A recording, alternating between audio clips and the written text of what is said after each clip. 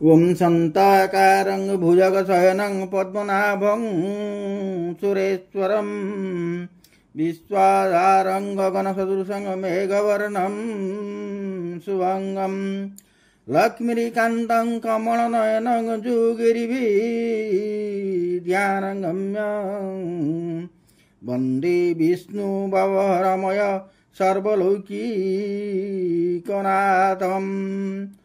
जय जगन्नाथ। जय बलभद्र सुभद्राभ्यां जगन्नाथाय ते नमो नमः। जय जगन्नाथ।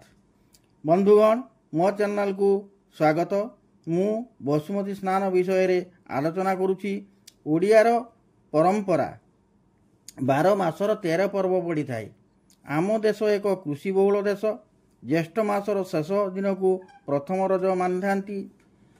ज्येष्ठ मासर शेष दिन को प्रथम रज मानि थांती। तापर दिन आषाढ़ मासर आरंभ हुए। यही दिन को रज संक्रांति बोली मानि थाउ। आषाढ़ मासर 2 दिन यही दिन भूमिदाह विशेषतः मानि थाउ। यही दिन कृषिकर्म उपकरण घरर उपकरण धोई धाई परिष्कार करा जाए। संक्रांतिर तृतीय दिन अर्थात मिथुन मासर 3 दिन रे पड़े बसुमती स्नान। बसुमती स्नान समय रे पीढ़ा उपरे शिलपुआ पांचण लंगलर फाल को रखी ता उपरे सिंदूर फूल दुब बरगोली पत्र इत्यादि दिया जाए और पूजा करा जाए। सोरिष हलदी खंड फूल जोड़ा तेल पूजा अर्चना करा जाए।